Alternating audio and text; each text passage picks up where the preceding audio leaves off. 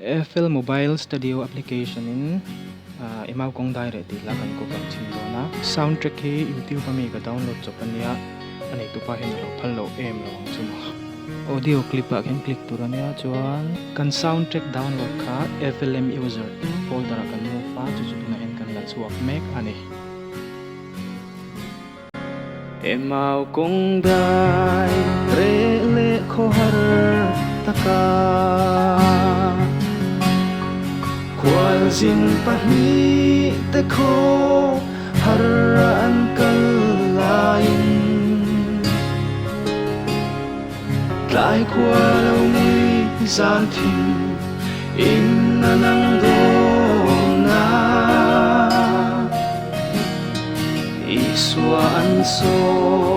tlai kwa var pui turin Kan mena ta che qua atlai don ta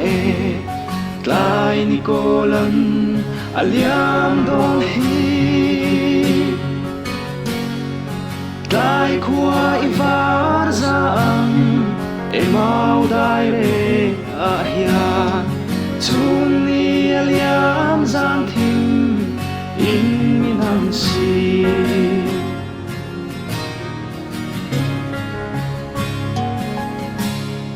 Som tu te mer ngai lo lal i swa chua Ti chuanan ne na che in na pui ta a Thamwan na re thei to lo chung chia in Sing in pui ta Kan na ta che qua atlai don ta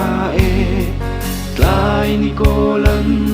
aliam don hi tlai qua ivar zaang emau dai re ahian Chun ni aliam zang thim in minang si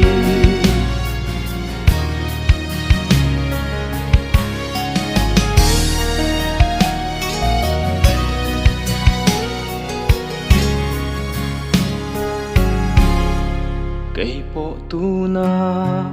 kasom chilal isu Ka khovel dam lai ni atlak mange hianin Min puin tlai kwa min var pui vela Ka tharau lo magrok ilal isu Kan mena ta che qua atlai don ta tlai ni kolan aliam don hi tlai kwa ivar zaang emau dai re ahian chun ni aliam zan thim in minam si Ti zong kha nia studio version tinena compare chi chun lo ma sengin a ang ve ni a tak taka ang ve lu tuk ta anwam ve mai maya ma sengin studio version tinen chuanin lele wa nai pon ain lat zo kang ti ve ania a mai ro chu time pass na na tha ve mai mai hemi mo zai tui mi zai pe mi tan chuan chu zong chu ni